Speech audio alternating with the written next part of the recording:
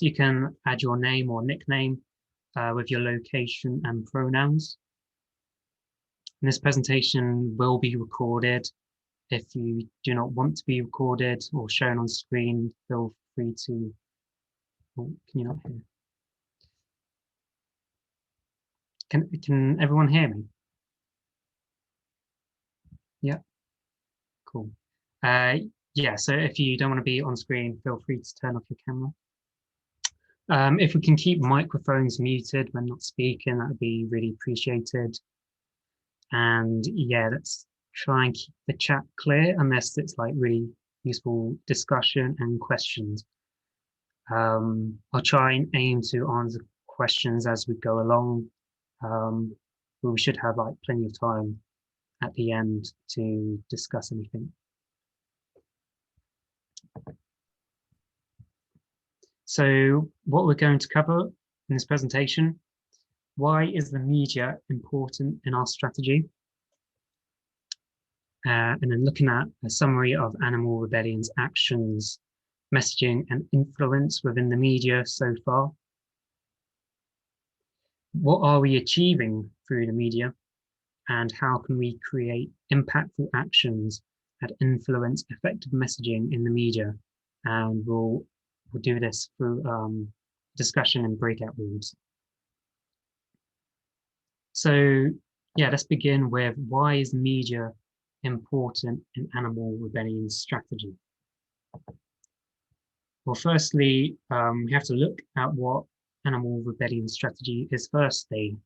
And yeah, I'm just going to quickly run through some of the basics here. If people here haven't attended any of the DNA trainings of Animal Rebellion, I'd highly recommend that, because that's going to go much further in depth than I have time to now. But essentially what Animal Rebellion strategy is we're looking to create system change rather than individual change. So, you know, we're looking at creating a plant-based food system rather than simply telling people to go vegan. We also use the strategy of like momentum-driven organization. So we use like periods of like high activity followed by absorption. So, you know, this is like our rebellions where we have like 1 week or 2 weeks worth of like, you know, high intensity actions. And then we use the time afterwards to absorb people into our movement. And we utilize non-violent civil disobedience to achieve our aims. And we strive to mobilize 3.5% of the population in order to enact change. So yeah, I can open it up to anybody if they feel as if there's any other points to add to what Animal Rebellion strategy is.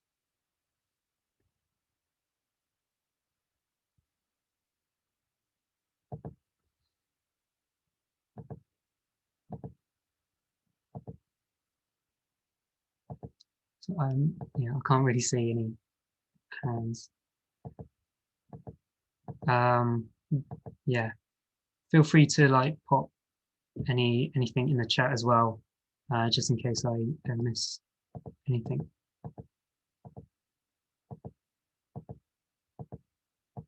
Cool. So move on to why is the media important in our strategy. So like mainstream media and social media is important for us because it enables us to reach wider audiences. Mainstream media is one of the most direct and effective ways of reaching and influencing an audience. So like examples of like newspapers, radio and TV are all valuable ways to spread our message to people that would otherwise go untouched.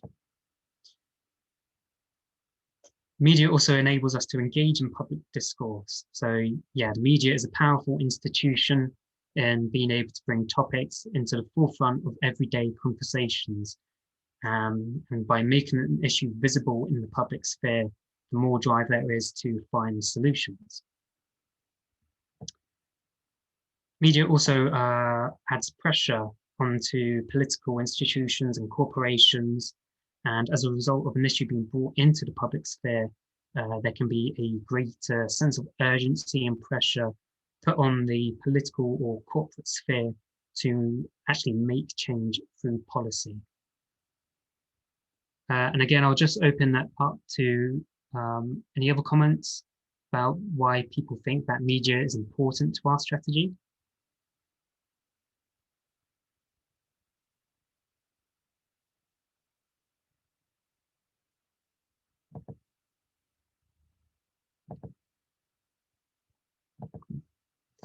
I can move on. So yeah, now we're going to go into like instances of animal rebellion actually being in the media. And yeah, just a summary of some of the most important parts of this. So since Animal Rebellion was first created around July 2019, I believe it was, we've had around 500 press appearances across a broad range of outlets. And now this information is correct as of the 12th of January 2021. And whilst numbers are as accurate as possible, some like instances of press coverage can still go unrecorded. So yeah, like TV and radio broadcasts, it's kind of difficult to track. So this might not be like a real world representation, but it's as accurate as we can get. So breaking this down, we've had over 100 mentions across major UK newspapers. And so this is including like the Metro and Guardian, the Times, the Daily Mail, some of the biggest newspapers in the UK.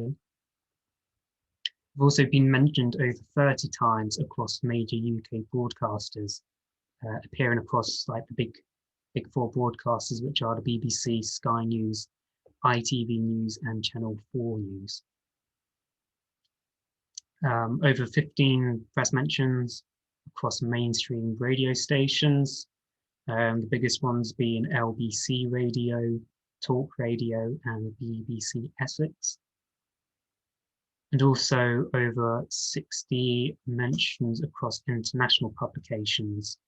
So the biggest ones being the New York Times, RT, Lad Bible, Bloomberg, and Reuters. So yeah, we can see here like how big of an impact we're having, not just on like the UK kind of news, but also international too. Going further, we can divide these into kind of types of publications. So if we look at like conservative publications like the Telegraph, the Sun, the Daily Express, we've had over 70 mentions across like conservative publications. We've also had over 25 appearances in liberal publications such as The Guardian, Independent, and Daily Mirror. But looking also kind of outwards towards like local and regional publications. So we've appeared over 160 times here, featuring in regional newspapers like the Manchester Evening News, the Yorkshire Post, the Herald, Hull Daily Mail. And also looking at more like niche publications. So we've mentioned over 35 times in plant-based publications. So this is like Plant-Based News or a Vegan Review or Sentient Media, as well as over 20 times across environmental, food and agricultural publications. So yeah, this includes like The Ecologist, but also like Farming UK, Farmers Weekly, reaching out to like the farming communities, which is obviously a very important part of our strategy. And we can break this down into like a variety of formats. So like online and print articles make up the vast majority of the media coverage we get. So we featured in online and print articles over 350 times. But also like TV interviews and broadcasts, which maybe some of the biggest ones and most direct. We've appeared over 10 times in those. And we've also been featured over 40 times in radio interviews and broadcasts. And now here's just like breaking down the numbers of appearances across major news outlets. So the biggest one, surprisingly, maybe unsurprisingly, is the Daily Mail. Yeah, they've covered us at least 25 times. They seem to like really enjoy writing about us. Whether it can be said that they love us is maybe a different matter. But also BBC News and even Standard we've featured in at least 10 times. The Guardian, Observer, and The Independent at least 9 times. And then, yeah, Sky News, The Sun, 8 times, and the Metro, Daily Express, ITV News, and LBC Radio at least 7 times. And now we can look at the press highlights. So this is essentially the story of animal rebellion as being told by the media. And so it starts off with the October 2019 rebellion. So yeah, announcing our first rebellion, Animal Rebellion's announcement of plans to occupy Smithfield Meat Market triggers a stream of press on the subject that continues until the end of September. Highlights include coverage in the Metro, as well as major stories in the Evening Standard, The Guardian, The Independent, Yahoo, and The Telegraph. Animal Rebellion representatives speak several times on LBC radio, while numerous farming publications transmit a plant-based food system message to the animal farming industry. And so, as we can see here, we have like an article by The Guardian, as well as The Independent. And yeah, we can just look at like the kind of sentiment of these like headlines alone. Yeah, like The Guardian and Independent seem fairly like neutral about our announcement. But then we can also look at The Sun, which kind of comes out with quite an interesting headline saying plot to ban meat. Militant vegans plot to shut down London markets and government ministry in bid to force all Brits to give up meat, dairy, and fish. So, like looking at, yeah, a sinister plot. Like the early days of Animal Rebellion, like our coverage in the media seems somewhat unfocused. We haven't yet had the chance to kind of establish what our messaging is. So, there's lots of focus around us supposedly wanting to ban meat, taking away things from the people. But yeah, we haven't quite emphasized the fact that we're wanting to change the system, and we want it to be in a just and sustainable transition that can, really benefit everyone within our society. And so skipping ahead to October 2019, when we arrive in London and we occupy Smithfield and we transform it into this wonderful fruit and vegetable market. So as the rebellion begins, Animal Rebellion occupies the archway of Smithfield Meat Market overnight and transforms it into a symbolic representation of what a plant-based food system could look like. The action ushers in a storm of TV, online, and radio coverage, ranging across outlets like Sky, the BBC, the Metro, the Daily Mail, ITV News, Channel 4 News, and the Evening Standard. And so the images here, show like the Sky News broadcast of everyone being inside Smithfield, and you can see, there's quite a positive atmosphere going on. Underneath that, you have BBC also like showing the fruit and vegetable market. So showing like the positive offerings that we're bringing to that market. And even the Times, a conservative publication who you would expect to kind of oppose a animal justice narrative, comes out with an article saying that animal rebellion process the traders welcome vegan activists occupying Smithfield meat market. And so, with this, we can see that, this action is bringing like a positive message with it, that, we're wanting to kind of work even with people in the animal farming industries, and we're trying to create this change together. So skipping further, in the October Rebellion, arrests by candlelight at Billingsgate Fish Market. An early morning vigil at the UK's largest inland fish market, filled with singing, candles and 28 arrests, brings in a fresh wave of mass media interest. Animal Rebellion makes headlines across media outlets, including the BBC, the Metro, the Evening Standard, the Guardian, the Independent, and a host of local papers. Sky and ITV feature the action on news broadcasts, while an Animal Rebellion is interviewed by LBC Radio. So this story, like having like 28 arrests is quite a big thing, and this created a big storm in the media covering all of these arrests, and we can see like the Guardian, Metro, Independent all covering this after like such a big disruption to the market during the early hours of the morning. Now, one of our favourite moments from the October Rebellion, Mr. Buckley goes viral and takes on Piers Morgan. Animal Rebellion hosts a veggie dance party in central London designed to spread a message in a joyous way while putting authorities in a dilemma: to let protesters dance on the road and win, or look ridiculous arresting vegetables. And we all know what they decide. The police choose the latter, arresting a rebel in a Buckley costume. A Reuters video of the arrest garners 2 million views over 2 days, while publications like the Daily Mail and the Scotsman cover the arrest. Breakfast show host Piers Morgan retweets the Reuters video, and Mr. Buckley is invited to appear opposite him on Good Morning Britain.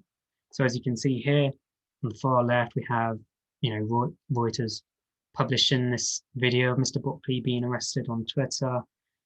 As it stands, has 3.6 million views. And so this creates a viral moment for Animal Rebellion, where, this video is spread all across mainstream and social media, and it really brings us into the forefront. And, as a result, we get invited onto Piers Morgan, onto Good Morning Britain with Piers Morgan. And that leads us on to the next bit. On Good Morning Britain, Mr. Buckley deliberately refuses to engage with Piers Morgan's questions. Instead, he approaches the interview as a comedy skit to highlight the press's irresponsible treatment of the climate crisis. The interview goes viral, and Mr. Buckley becomes an internet sensation, humorously spreading the idea of the plant-based food system to millions of ordinary people. The story is covered by numerous outlets like Lad Bible, the Daily Mail, the Evening Standard, and over 20 local radio stations. And so, with this interview, I believe the story behind it is that, we know that Piers Morgan is going to shut down the interview regardless of what people say. And so, it's not so much an interview as just a bombardment of, people talking over each other.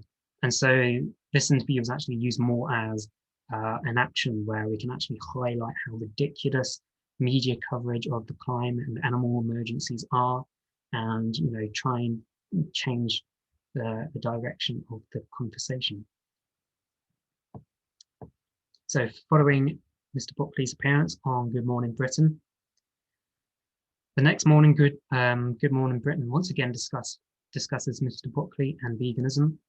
Shortly after, the Evening Standard runs an exclusive revealing that Mr. Buckley is Roland Everson, a carpenter from Bristol, and makes Everson's message clear: the media should be interviewing scientists rather than giving time to Buckley. Numerous outlets report on the story, including the Metro, the Sun, Daily Mail, the Daily Star, and ITV.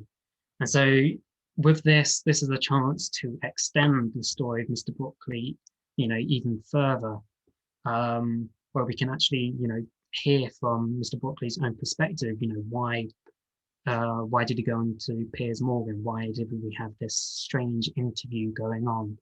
And yeah, now it becomes like obvious that this is kind of just a stunt to like highlight how silly the media is being with their coverage of the climate crisis. And we kind of see a variety of like responses to this. So we see the exclusive being published in the Evening Standard, saying that Mr. Broccoli is unmasked. Vegetable climate change activist is a carpenter from Bristol called Roland.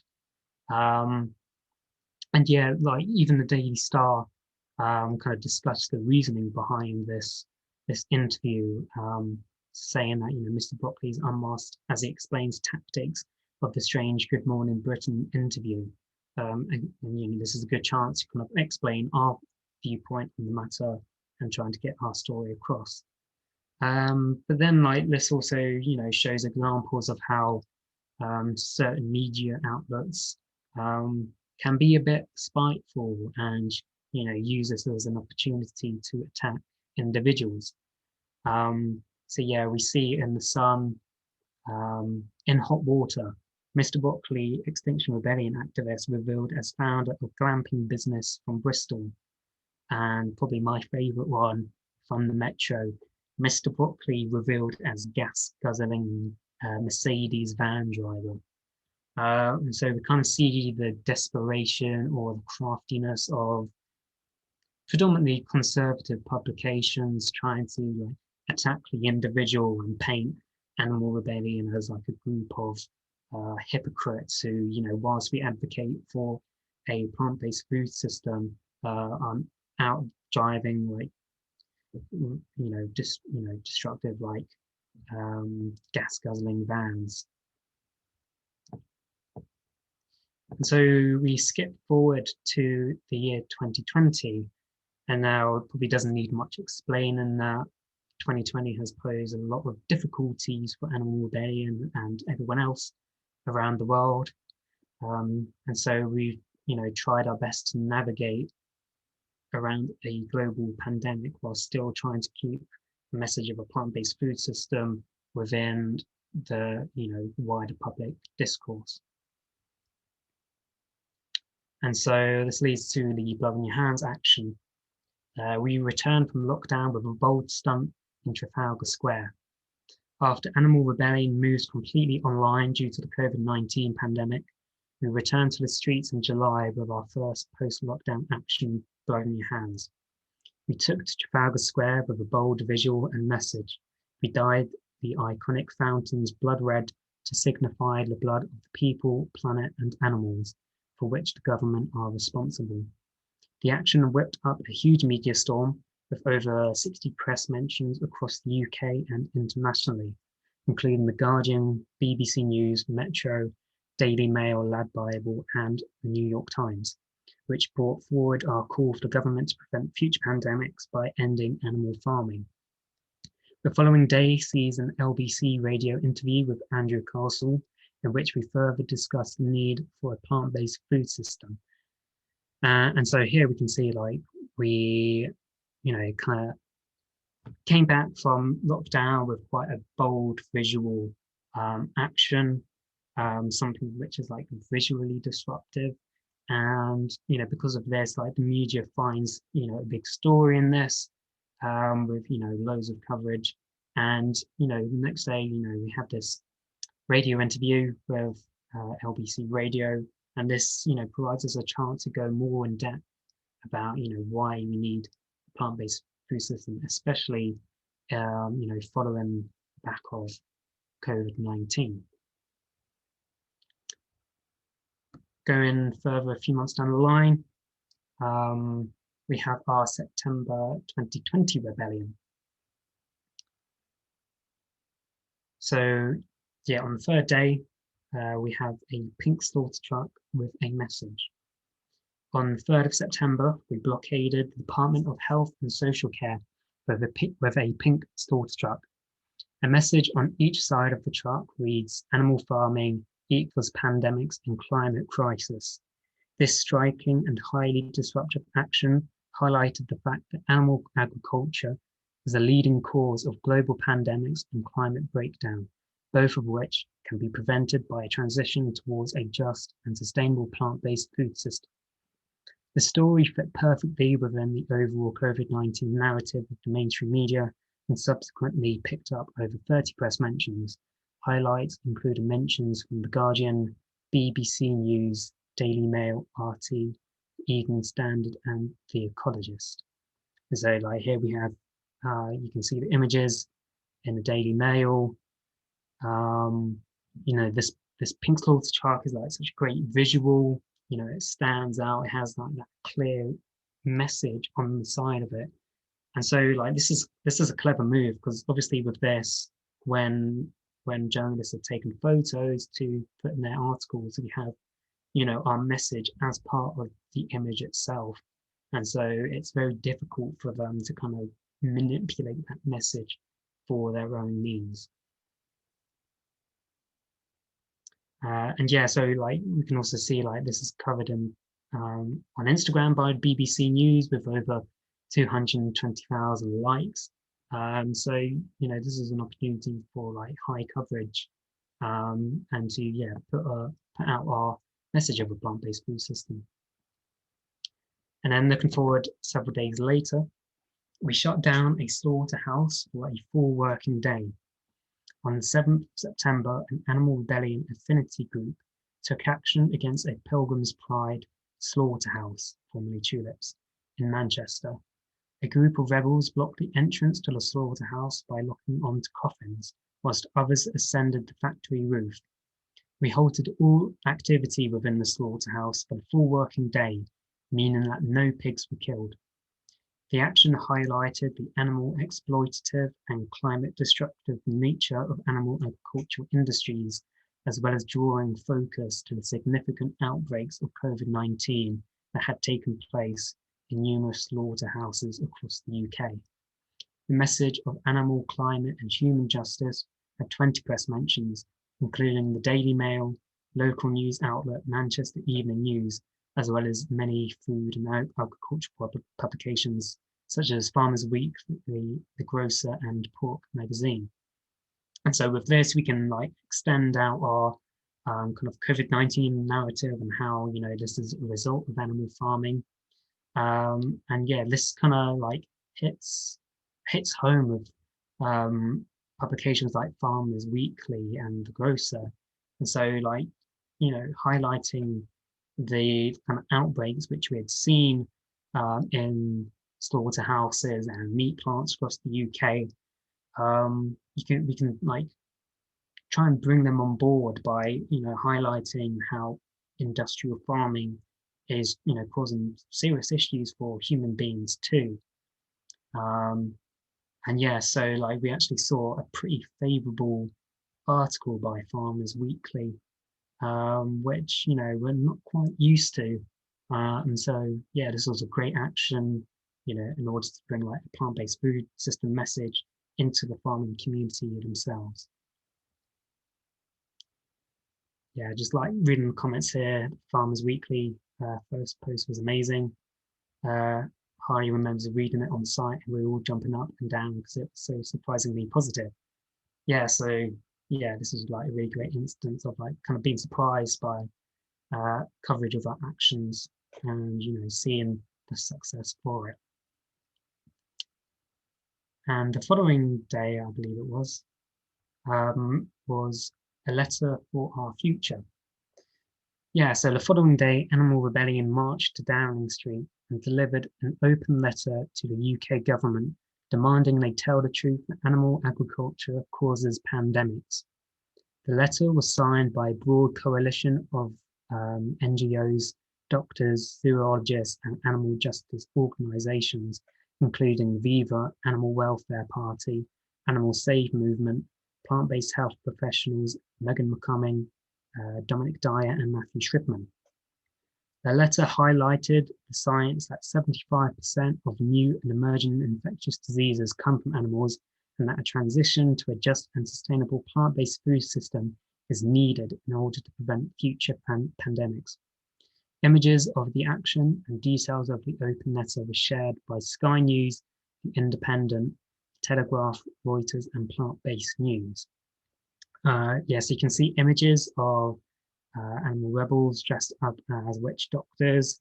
Quite a spooky visual, but it's effective. And, it's quite interesting seeing, like, them kind of stood next to a police officer being stopped and searched, or, whatever was happening. And yeah, this also shows that, whilst coverage in like newspapers, might not be so like ferocious, like social media is also like a great tool. So like we see Sky News posting on Instagram, that photo and the caption that goes along with it, as well as like Reuters posting this on Twitter.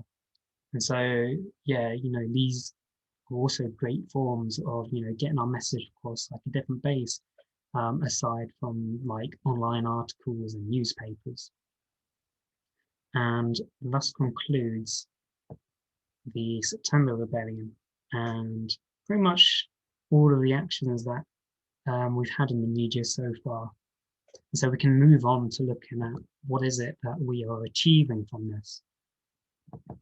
So firstly, this shows that we're breaking into mainstream media. Our actions have gained coverage across a number of mainstream media outlets with over 500 mentions in total. Both the October 2019 and September 2020 rebellions have brought the message of the plant-based food system into the media and public spheres for extended periods of time. And we've shown that a vision of the plant-based food system is reaching a wide audience across several different formats. And so like this fits quite nicely within Animal Rebellion's strategy of trying to mobilize as much of the population as we can, and mainstream media is a very important part of that, and not only for like mobilization, but also adding to that pressure on political and corporate institutions.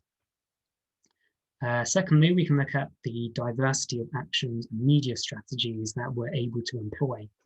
So our transformation of Smithfield Meat Market into a fruit and vegetable market shows the positive potential of a plant-based food system, whilst the silliness of Mr. Buckley's arrest and the subsequent Good Morning Britain interview creates an extended viral story, and our Blood on Your Hands action stands out with a bold stunt in an iconic London location. So yeah, this just shows that, we have not only like a diversity of tactics under our belt, but because of this, this can open up different like opportunities for how we're able to like, have our message spread across media. So yeah, we can show like the positive things we're able to bring through like, turning Smithfield Meat Market into a vegetable market, but also like, appreciating the silliness of things. So like Mr. Buckley, his arrest, his interview, these are things which people, enjoy consuming. Like it's funny, it's an accessible and engaging way of, getting our message across. We don't have to be militant vegans. We can use humor to, create an effective message. Thirdly, we're obviously reaching new audiences. So we're reaching ordinary people through both mainstream and entertainment outlets. And our message of a plant-based food system is spreading across niche audiences, such as environmental and farming publications. So as we can see here, like featuring in Lad Bible, which is obviously quite popular, like entertainment outlet. And yeah, the coverage from the Daily Star, like explaining, why Mr. Buckley, went on Good Morning Britain and interviewed like he did, and why we need to reach out to like the ordinary population. It's trying to like bring more people not only with our message, but also on side. And, even in our strategy, like we have to have some kind of dialogue with the farming community and the environmental communities. And so like being covered in like Farming UK and Farmers Weekly is a great way of trying to show to the farming community that, we're not enemies, we're trying to work together for, a plant-based food system that can serve everyone. Um, yeah, we want to like work together to create a positive future for all. And lastly, we're showing that we're adapting to new and developing media narratives. So with Mr. Buckley's arrest, we were able to ride that wave and extend the story for over a week, which in the mainstream media is actually quite a long time to have like a viral like individual in the spotlight. We've also been building a stronger narrative, linking animal farming with the ongoing threat of global crises.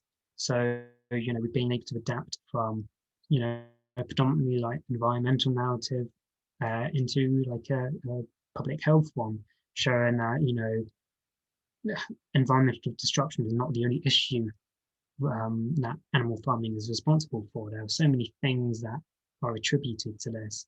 And, we have that kind of flexibility to, be able to highlight all of this. Yeah, and obviously, like our Blood in Your Hands action capitalized on the dominant COVID-19 narrative and obviously whipped up a huge media storm. So yeah, this came like straight after lockdown. The UK mainstream media, speaking pretty much predominantly about COVID-19.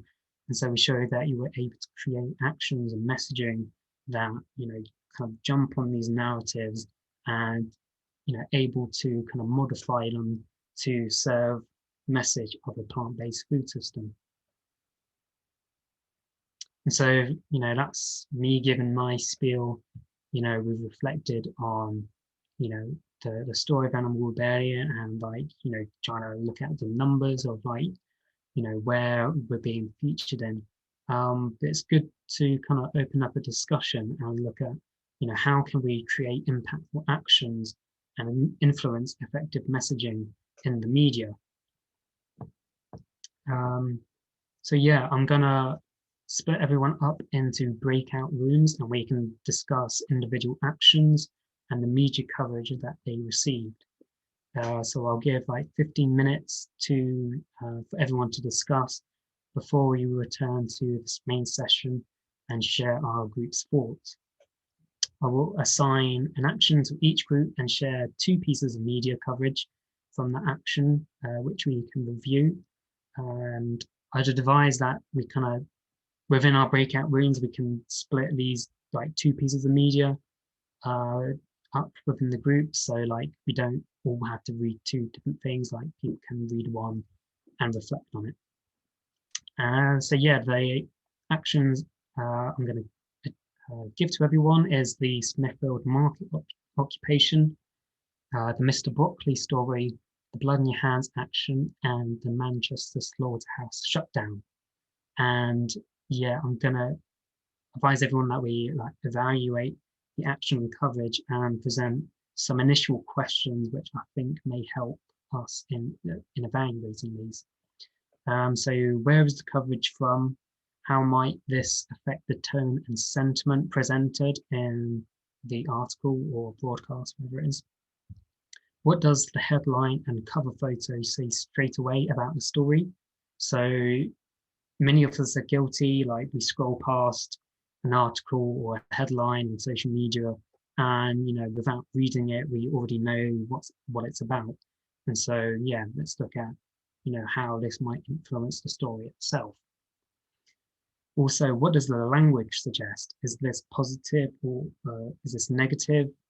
Does this language represent who Animal Rebellion are? How is the article framed? Does the coverage focus on what we want it to, or does it kind of spin it in a way that doesn't really serve us? And how can we improve this messaging in the future around actions? So yeah, I'm going to create these breakout rooms, and I'll give us 15 minutes, so it should take us up until 7 o'clock. And yeah, so I'll just quickly create these.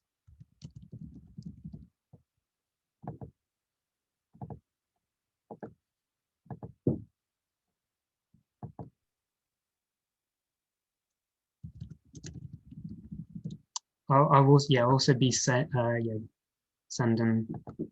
the 2 pieces of media coverage to everyone. So yeah.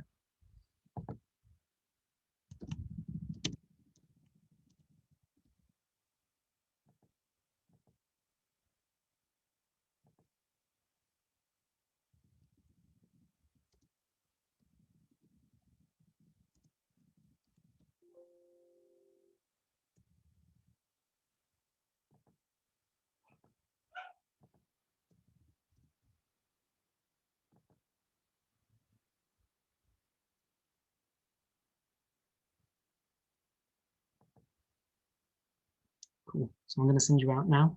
We can come back in 15.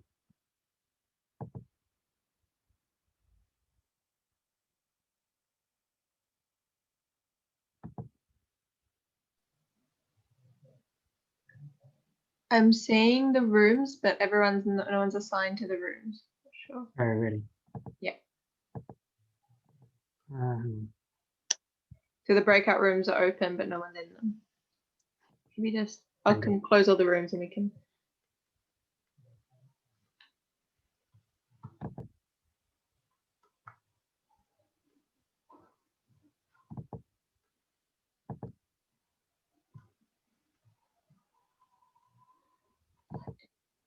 What's 19 divided by 4, y'all? 4.5. 5? Cool. Okay. So if we just put 5 per room.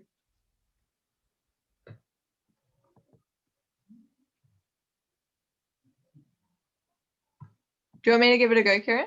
Yeah, go ahead. No worries. I'm a Zoom aficionado by now. Okay. If you can name each breakout room. Yeah, so they're already named, so that's all chill. Okay, so there's 3 rooms of 5 and 1 room of 3. I'm gonna make it a bit more equal and put 1 room of 4, 2 rooms of 4, 2 rooms of 5. Cool. I'm gonna open them all now. And yeah, they'll close automatically after 15 minutes. So see y'all then.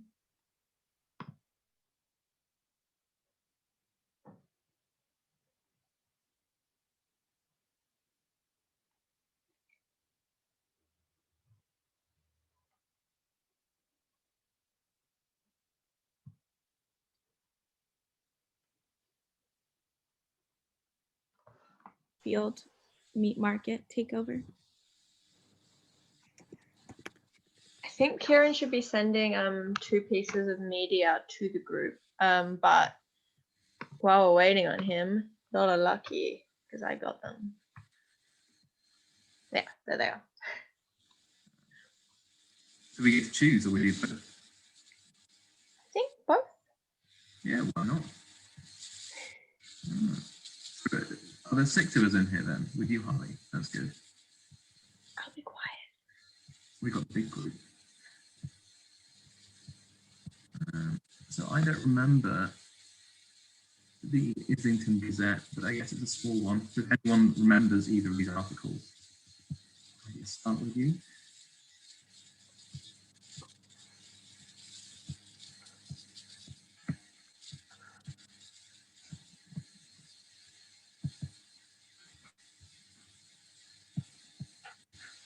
Hi everyone.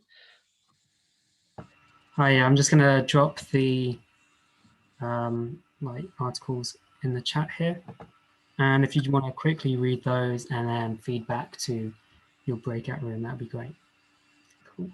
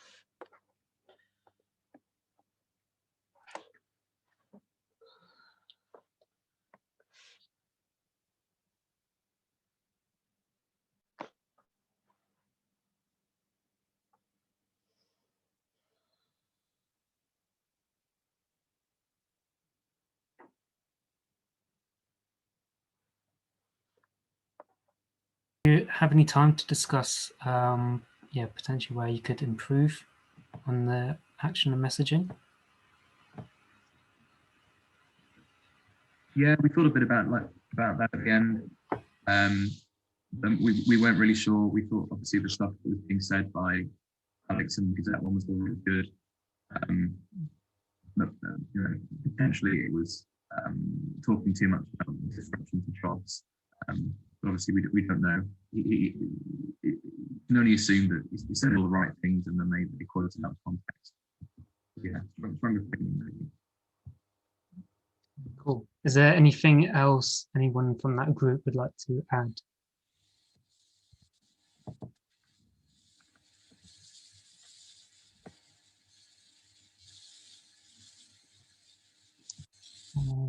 No? Well, that's good. Yeah, moving on to, well, maybe we can summarize the Smithfield one. Yeah.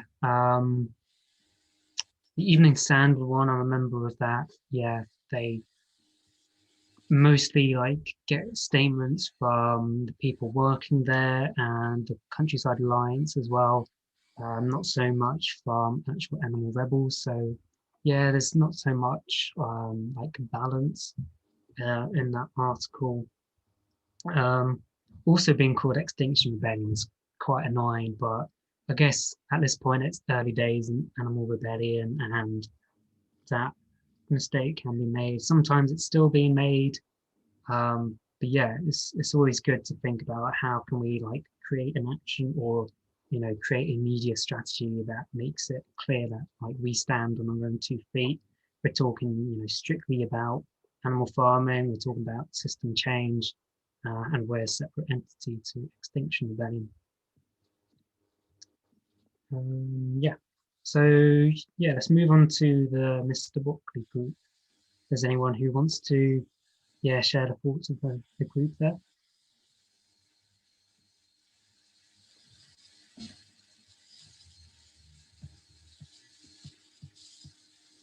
Well, the Lad Bible one was obviously quite a cynical, let's all laugh at the freaks kind of article that even kind of quotes critiques on Twitter, which is obviously a very kind of lazy journalistic approach. While the Daily Star was more of a kind of thoughtful, human, actual interview and interaction.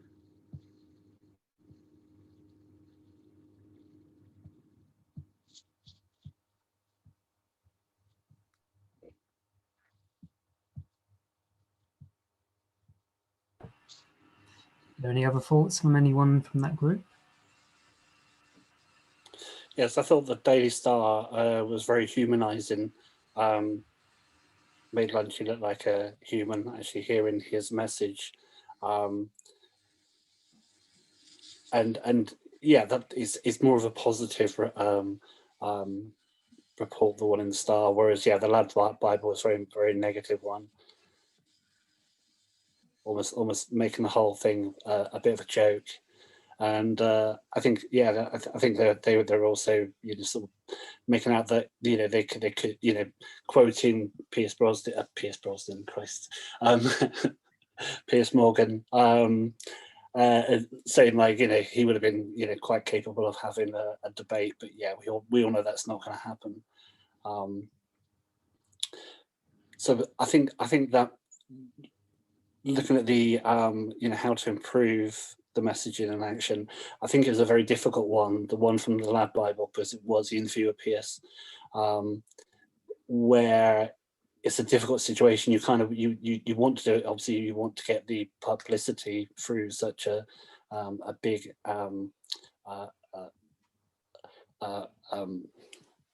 big show, I guess, but it's going to be a no-win situation. That you're not going to have a sensible debate with such a guy. But I felt like with the Star, with the unmasking, and I think it was mentioned by Jam. It was almost like a superhero type thing, humanizing him and stuff. So yeah, it was much more positive. and I think actually having Lunchy explain his situation was a really good way of messaging. I don't know how he could have done that better. So yeah, I thought that was quite good.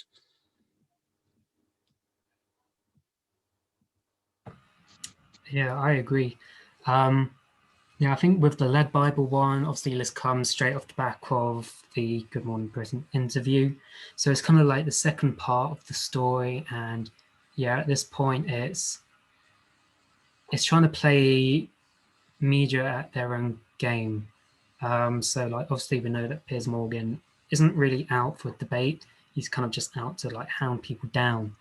So like how can you go into that situation and try and highlight kind of the ridiculousness of Piers Morgan's personality?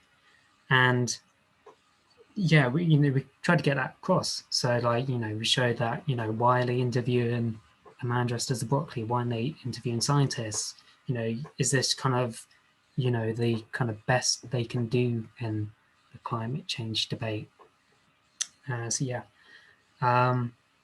this this is kind of like off the back of a viral moment as well. So like Lad Bible, they just kind of want the drama. They want people to like have the entertainment and to kind of see a funny story, which is great. It opens up kind of a different kind of dynamic for us being in the media, but it's obviously not really going to be the best place to get forward a legitimate argument. And the Daily Star one is great because it kind of gives our kind of explanation behind that all. It's also like us extending that story out even more by bringing that perspective into the media frame. And yeah, it's great for, as you said, like humanizing the individuals. So as opposed to like the Sun and the Metro who are attacking Mr. Broccoli, we can see what is the reasoning behind it. We're trying to reach out to the kind of more ordinary folk across the country, and yeah, the kind of a more like legitimacy to it, which the Lad Bible kind of fails to do. I think this is quite a good example of like how you can extend a story to stay in like the media spotlight for up to a week. And as I said earlier, like being in the media spotlight for a week is actually kind of a long time. They're normally very like top and turn, but yeah, it's good. Yeah, I'll now move on to Blood on Your Hands. So yeah, if there's anyone from that group who wants to share what they discussed. Yeah, I can take that. So can you hear me all right? Yeah, cool. So we only actually had time, we did like the Metro article, but not the other one. So we didn't really look at that side of things. We kind of, I missold to the group a little bit, like, oh, what, because no one's from the UK within the group from myself, and so didn't understand or didn't know the publications that we were talking about. So we're talking about the Metro and LBC, and the Metro, I sold it as like the free throwaway newspaper version of the Metro. It was actually the online version, and as such, I think we got much more coverage in the online version than we would have done in the kind of free paper version. Anyway, so so where the coverage is from and how might that affect the tone and the statement? Initially thinking it was from the newspaper version, we thought it was going to be like a bit of a throwaway article, but that turned out not to be true. Like in the online version, it actually went really well for us. It was almost as though the article had been given to them. I don't know if that was the case, but it was spot on, really. I felt, or I think we felt. We looked at the headline and the cover photo, and we noticed straight away that the word vegan is used. And although, like, perhaps we felt that it might be nice to get the word activist or activists in there instead, because it's kind of more inclusive. Like it's not just vegans who are involved in this kind of thing, but by the same time, or kind of like a double-edged thing, because the word vegan as well serves the purposes of the media in that it's an immediately divisive word. Like it grabs people's eyes, and it means like when you see that, no matter which side of the fence you're on, you're kind of expected to have a deep opinion about it. So it's going to make you read. So kind of we understood why they'd done that. What else happened? So what does the language suggest? Is it positive or negative? Well, reading through the article is yeah, like I said, it's so positive. It was really good. And the coverage does focus on exactly what we want it to. So that was great. I'm just trying to see what we noticed that the photo showed police actions as well, which we thought was really good, because like it kind of draws the eye. It shows that people are getting in trouble. It kind of shows that sacrifice element, and gets people looking.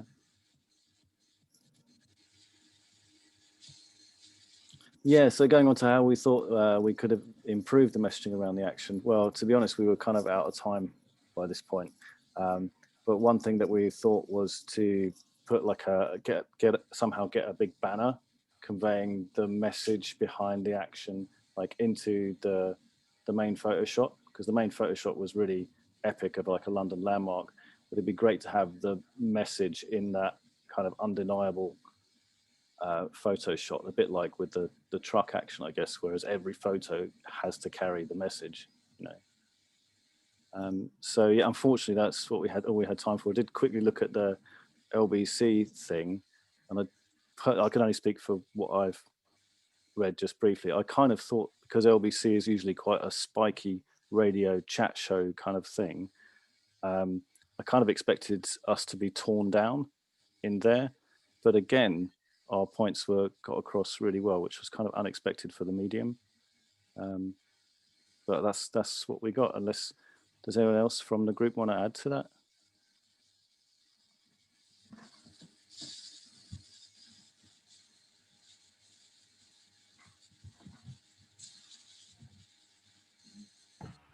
Sweet, yeah, those are really good points. Yeah, looking at kind of the action design around this and the messaging. So, when you go and dye the Trafalgar Square fountains red, it's quite visually disruptive. So it kind of gives us another element to animal rebellion. Like normally we're seen as being like physically disruptive, where we're blocking roads and occupying buildings or whatever. But this is done in a way that, visually it kind of looks out of the ordinary, and it's actually done in a way that doesn't disrupt the ordinary person in public. And yeah, like obviously lends to great visuals. Yeah, about like kind of the positivity within the article, you feel as if it's like the article had kind of been given to them. I guess with like part of this, it's like about building good relationships with journalists. So this particular journalist who wrote this article was, had quite good contact with. And so, you can like build those relationships where you kind of feel like they can do kind of more of a favor for you. And, also just like understanding like who Animal Rebellion is. But despite this, obviously with like in the headline, the word vegan being used, it obviously creates the association of like, create an individual change through like diet alone, rather than, focusing around like the systemic change of the plant-based food system. Yeah, so that's all cool. The LBC radio interview as well. Yeah, obviously gives a good opportunity to kind of go more in depth in things. And yeah, like for those who might not know, LBC radio, it's kind of a mixed bag. Like they will give you difficult questions. And I think in this interview, there was the question of like, about why, why have you kind of targeted animal farming in this? And, that gives a good opportunity for people to like, give a calm debate, present the arguments, represent the facts, you know, in a positive way. And yeah, in this instance, like, I think at the end of the interview, which isn't actually shown in the online article here, but I think the presenter said something like, oh, well, you don't seem like you're from a cult. It's kind of a funny message to end on, but yeah, it's trying to like an opportunity for people to kind of show that, you know, there are actually genuine people behind this, and like we're not crazy, like, you know, we can present solutions to the issues, and we want to do this, you know, alongside animal farmers or people in the animal agricultural industry. Like, you know, we want to change the system together. Looking at the wider picture, you know, obviously coming from lockdown, you know, this is an action which is focusing on pandemics, how animal farming is, you know, causing pandemics. And so this is like identifying like large narratives in the media at certain times, and you know, being able to create messaging around that. So yeah, it kind of created this action that, you know, the media would just gobble up, really. So yeah, thanks for sharing that. And then lastly, we'll move on to the group who are discussing the Manchester Slaughterhouse shutdown. So yeah, if anyone wants to share, that'd be yeah. great. We didn't really get a chance to properly go through this. We just got stuck with time, I'm afraid. Sorry. So much as far as we got, we sort of answered the first few questions to some extent. So for the first one, where is the coverage from? So the first one, the Daily Mail. I'm the only one from the UK, so we sort of agreed, but we sort of had slightly different views. We thought that it was quite straight ahead reporting on the surface, at least. I personally would say for things like the Daily Mail, it's looking for little things like the fact they refer to us as animal rights activists, don't mention the organisation's name, possibly. They linked us to an exile blockade, so it could be a possible linkage, you know, to the so-called trouble we might be causing, sort of thing. That's subjective, maybe, but in terms of the next question, how might it affect the sentiment? Oh, sorry, the Farmers Weekly we thought was quite a straight-ahead sort of report from what we could read of it, or chance. And then the next question, how might this affect the sentiment, and how they might report it? Didn't really get into it. I would say, being from the UK, it will affect the Daily Mail. They have an overt sort of political and societal position, so they're always going to be quite hostile to organisations like us. We'll do quite well to get any sort of positive coverage from them, I think, as a general rule. What does the headline cover photo say? We kind of thought that it was all kind of quite serious and straightforward, plain reporting on the face of it, at least, as far as we got into it. We thought the second article was quite light compared to the Daily Mail, sort of took a serious tone, more serious tone. And that's about as far as we got. Obviously, if the other two members of the group have anything to add, they're quite welcome to, because like I said, we were a bit rushed by the end of it, so sorry about that.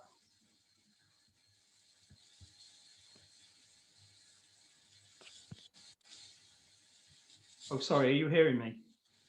Yeah, no worries.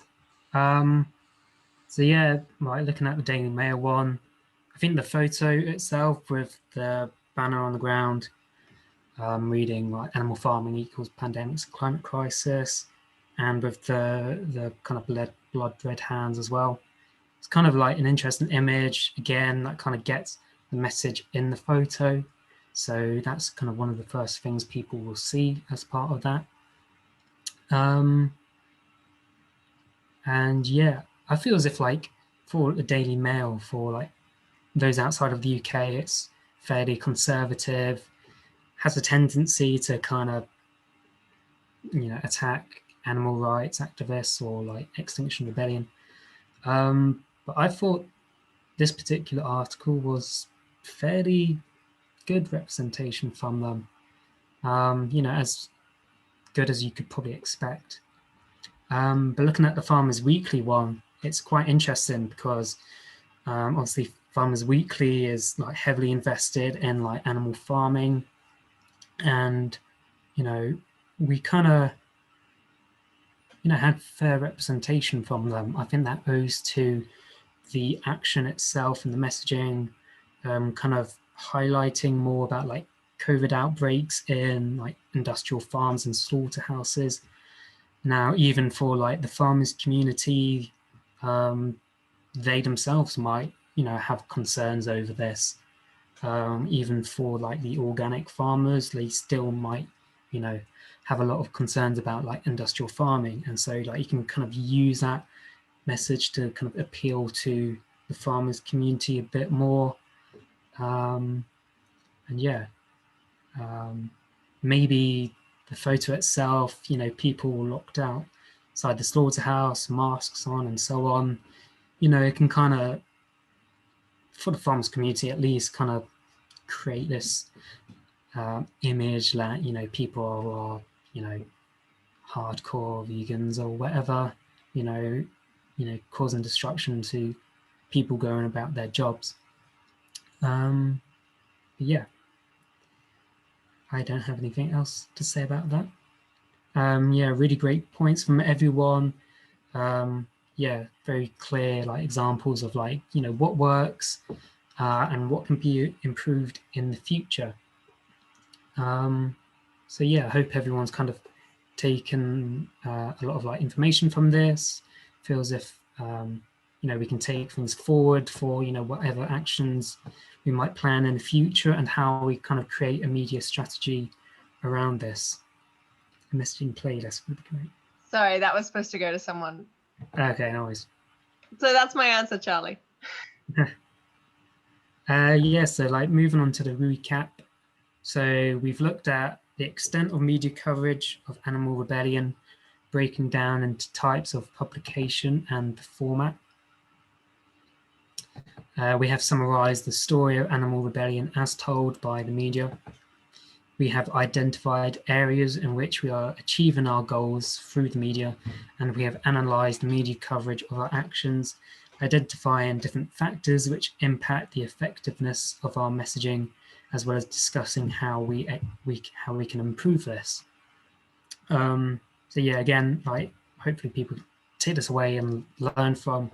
But yeah, if people are interested in kind of learning more, either like being able to support with like the press side of Animal Rebellion, or just wanting to like understand like how you can create like more effective messaging, whether it's for your international group or local group, feel free to email pressoffice@animalrebellion.org.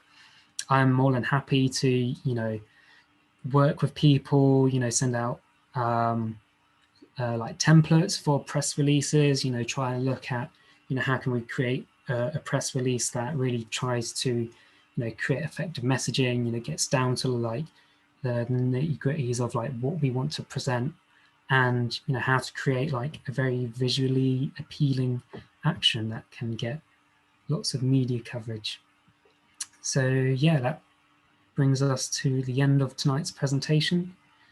Finished exactly on 7:30. I'm quite proud of that. But yeah, thank you so much everyone for coming. And yeah, I can open it up for any questions if people have any. But yeah, Harley? Not a question, but before we go, I thought I would do some plugs for some trainings that are coming up as well. So, so yeah, we're me, Kieran, Adam, Joe, Jam. We're all in the Animal Rebellion messaging team. Everyone give a wave.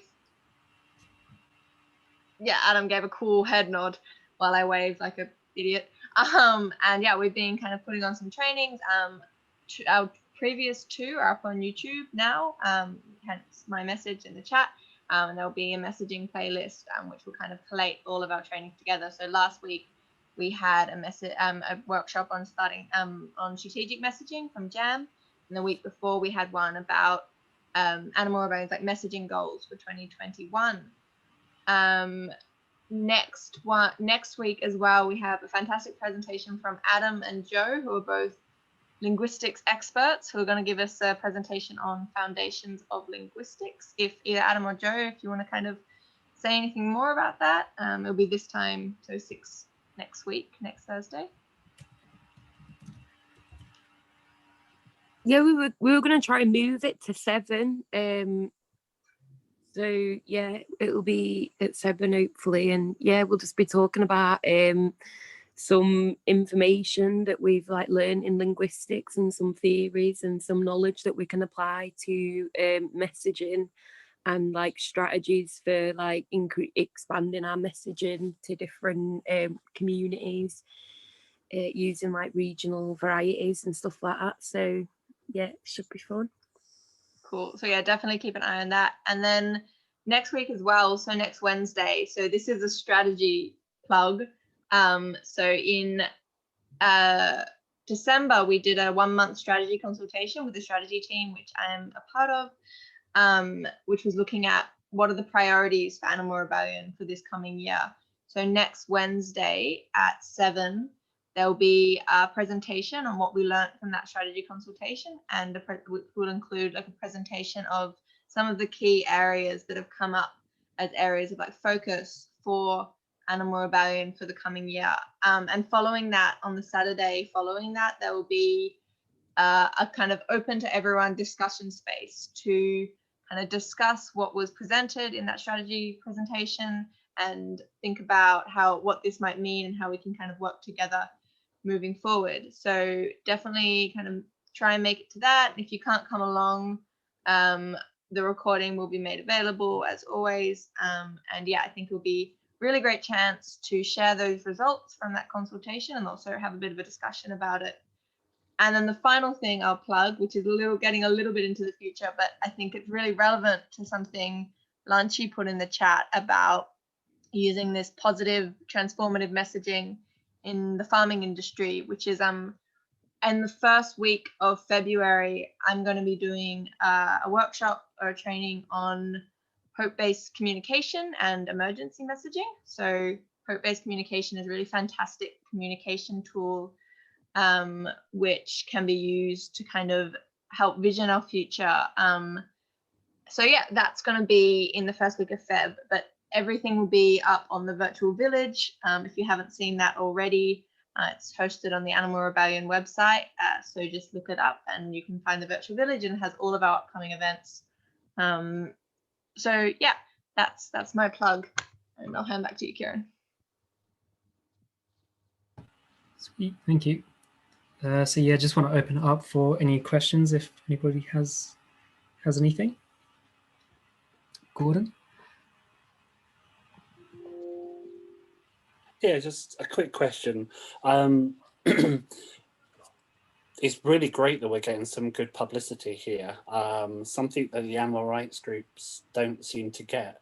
So my question really is it because we're bouncing off of the environmental messaging, so sort of not necessarily concentrating on the animal rights rather than the environmental messaging? So is it because that or association with Extinction Rebellion, or is it because the actions are very visual? I don't know, just open out that sort of question.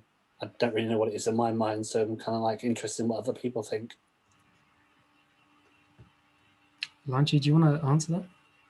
Well, like, I don't know if this is the answer, but the thing that springs to my mind is that, and I think what's possibly different between Animal Rebellion and other groups is that they actually they work hard on the media, work hard on the messaging, and like, you know, been in, I don't know if it's the same, like I've never been in a SAVE office or in a, like in, I don't know, like another kind of office like this, but like during a rebellion or even during a big action, those media teams, they're hopping, they're on the phone, pushing stuff, changing stuff, phoning people. You know, I think it's that kind of And it's doing things like this as well, like strategizing and deciding how you're going to approach the medium. I think that's, I don't want to speak out of turn, but potentially that's missing from other groups' strategies. Yeah, I think the fact that using like civil disobedience and like direct action is really great as well. So like, I guess with like some animal rights groups, like things can be like more underground, you know, depends kind of what groups are doing it. But yeah, with animal rebellion, like we kind of thrive off of like bold visual actions, you know, public places, disrupting like government institutions and so on.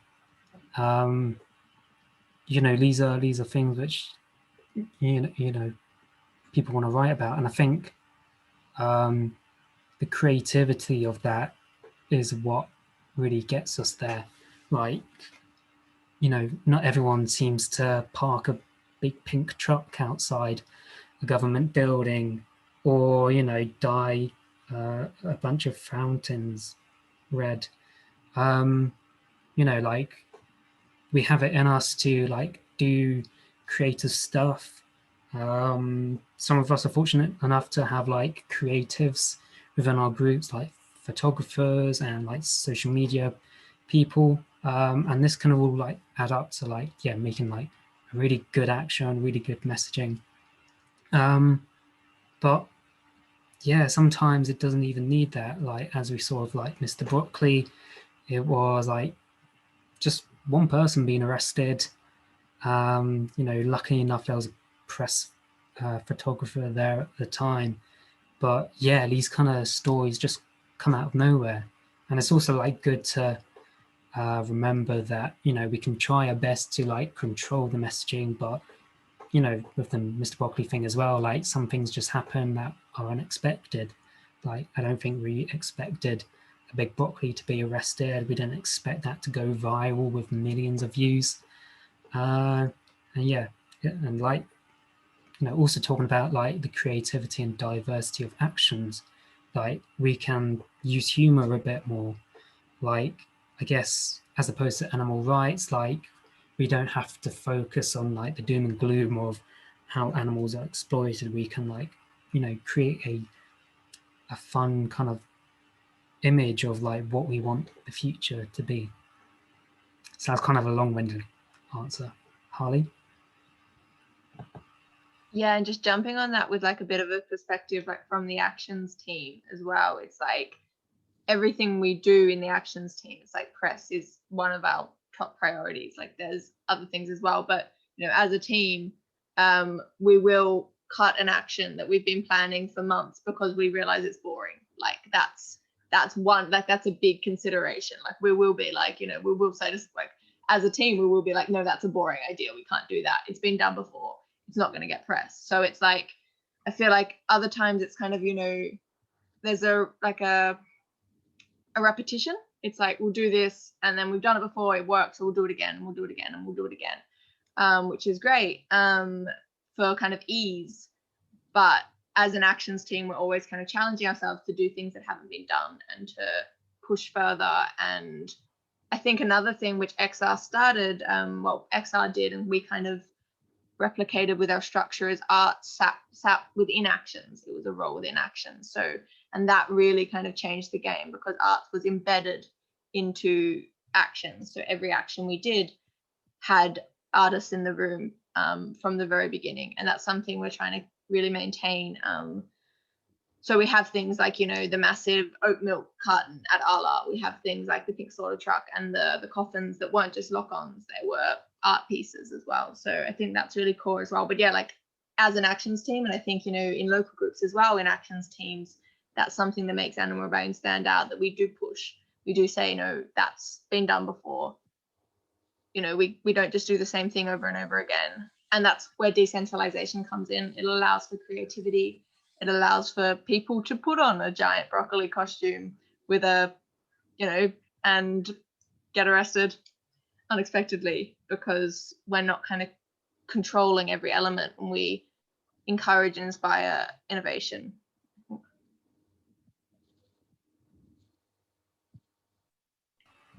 Cool. I just wanted to answer Maya's question, asking about how to start to build up good connections to media. It can be quite tricky, but I think one of the best ways is to go onto like different websites, you know, just find out contact details. Normally it's like an email address for like the editorial team. They might give like an office number.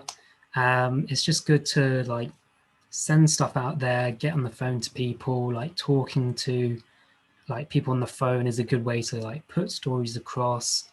You know, kind of, you know, gives like a person behind it as well. It's like, you know, trying to, you know, put a bit of pressure to like, you know, cover what we're doing kind of thing.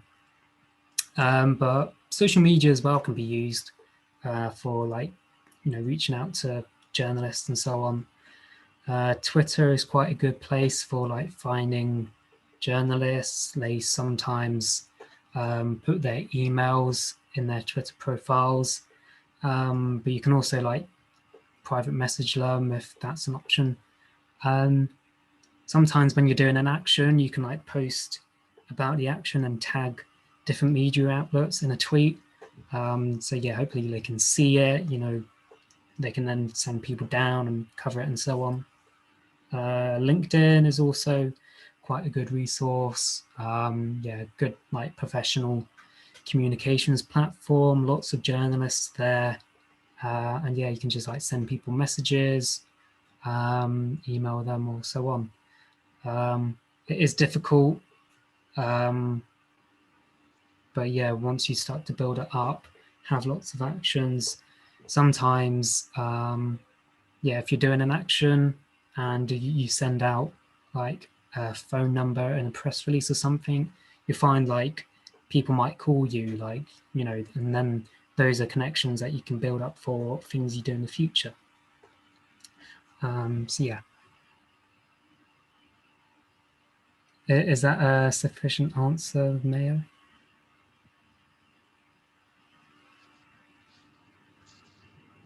Great. Cassie, you had a question? Yeah, thank you so much for putting this on. I'm less familiar with Animal Rebellion's inside work, but I organize with Direct Action everywhere in California, so I'm just curious about another group with similar strategies. And yeah, maybe this will be a boring question for people who already know, but I'm just more interested in the structure that you all use, because I've heard you mention the messaging team and the actions team, and I think that's a great point about having an artist present in the plannings of actions. So I just wonder, you know, if there's any other main things we should know about how you all work together in those different teams in your organizing structure, or like anything you've learned from that process that's been really useful for getting media or anything like that. Yeah, of course. So Animal Rebellion is like a decentralized movement. So we kind of have groups which doesn't really follow like a hierarchical structure. We have like an actions team who like design actions and like ensure like, you know, actions have everything they need to be able to function. And we also have a media and messaging team, you know, in which we can bring together like photographers or people who can manage like social media, as well as like PR. So like being able to like contact journalists and so on. And yeah, I think this kind of like non-hierarchical way is like really great and really serves Animal Rebellion, because I feel like the kind of PR perspective is really like valuable in planning actions. Because let's say like people planning an action and there's an element to it which is going to be very controversial and it could lead to like absolutely terrible press. But you know what a PR lead can do is like, you know, give their perspective, like think, okay, well, this part of the action kind of needs tweaking, and this will improve like the visual of it. It also enable us to get our message a bit more, you know, clearly across, and yeah, ultimately have a bit more of a positive reaction. So yeah, these kind of different teams are able to like come together, and that, you know, collectively creates what I believe are effective actions that, as we've seen, can achieve a lot in media. Does that, are you happy with that answer? Yeah, thanks. And I'll also look at this link that Harley sent to. So that's that's a link to our Glass Frog, which is basically puts up, because we use Holacracy, which is a self-organizing system. And yeah, it shows our super circles. And something interesting to note, which I think Karen, you might have touched on, is that we've recently restructured. So arts used to be a role in actions, and now is a circle by itself. And they both sit in our operations circle, which is all about our campaigns and things like that. And then we have media and messaging as well, used to kind of sit within the actions super circle, and now is its own super circle because it's gotten so big. But we have like a crosslink who sits within boring operational talk. But the Glass Frog kind of shows it quite nicely, as how the different super circles hold different purposes for the organization, outward facing and inward facing.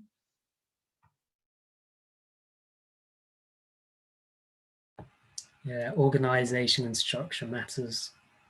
Without it, we don't function as well. Does anybody else have any questions?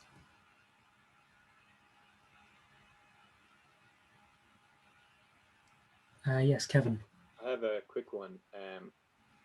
During the lockdown, have you come up with, or has anyone come up with any kind of digital actions that have come in any way close to garnering as much media attention?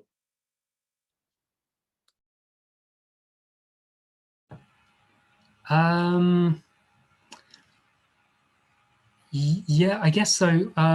So what some people in Animal Rebellion UK did around March is we kind of split off into this separate group called Pause the System, and we had a couple of actions, you know, trying to encourage the UK government to force a lockdown, because at this time, like, COVID cases were spreading very quickly. So yeah, we kind of formed that group to kind of do socially distant actions outside Downing Street, which is where the British Prime Minister lives. So, you know, at the very start, we were able to do like socially distant actions, and these actually, like, you know, got lots of press coverage as well. And again, that was kind of like, you know, capitalizing on like the dominant COVID narrative in the media. So that's like physical actions. I guess online ones, it's very difficult because I guess online, you know, there's less chance of having like really good visuals, not as good as you might get in person, kind of thing. But you know, when things go online, you can kind of capitalize on like social media, and you know, try and use the tools here to spread messages in more creative ways. So what we did in the UK is we had a few like Twitter and Facebook storms where we would go onto like the live streams of like the British Prime Minister, and we'd just like post loads of short messages in the comments, you know, all about animal farming and subsidies and so on. And yeah, these are effective ways of, you know, getting people to like see the message that doesn't necessarily rely on the mainstream media. But you know, it's not as easy. Harley? I think, you know, we have DXE, know someone from DXE in the room, and I think like it's a good chance to mention that one probably the most effective kind of COVID friendly action is like culture jamming and media hacking, where you kind of do stuff which is like kind of subverting the media. And like I don't know if people saw, but like DXE like had someone kind of managed to make it onto like really quite big TV, like acting, pretending to be like I think it was the CEO of Smithfield, not Smithfield Meat Market, Smithfield, the big meat company. And like Animal Rebellion has played around a bit with the culture jamming to very limited success. We didn't do very well back in the days of Allah. But I think that's probably like one of the most effective things. So I'd really encourage like checking out like the Yes Men. Yeah, fantastic. And yes, also at 8 p.m. there is a Twitter storming workshop for Money Rebellion, which is a collaboration between XR and Animal Rebellion. So that's something as well. But yeah, I think, and we're also doing like a brandalism campaign as well, which isn't online, but it's that same kind of thing of something that very small numbers of people can do. Most of the work for it is done in like graphic design and stuff, and then you go out and do some postering. So we're doing a fast food brandalism campaign at the moment, which should be kind of rolling out soon. So things like that are good ways of keeping momentum going.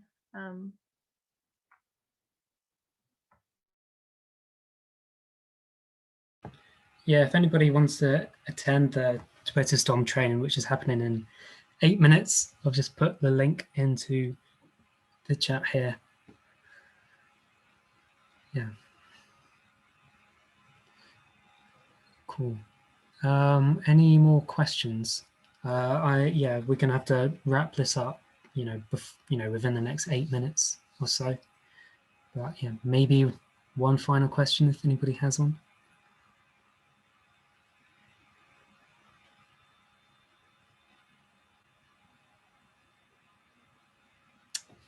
Doesn't look like it. Well, I guess thank you everyone for coming. Yeah, and being able to discuss this a bit wider as well. Learn from some of our mistakes, what we can do better in the future, and yeah, hopefully with this shared knowledge, we can go out and create some really fun actions, some really great visuals, and yeah, try and put our message across mainstream and social media, because yeah, we can utilize the both of them. Cool. So I'm going to wrap this up now. Yeah, thank you everyone for attending, and hopefully see you all in the future. Bye. Thanks very much. Yeah. Thanks, mate. Cheers. Thanks, everyone. Bye.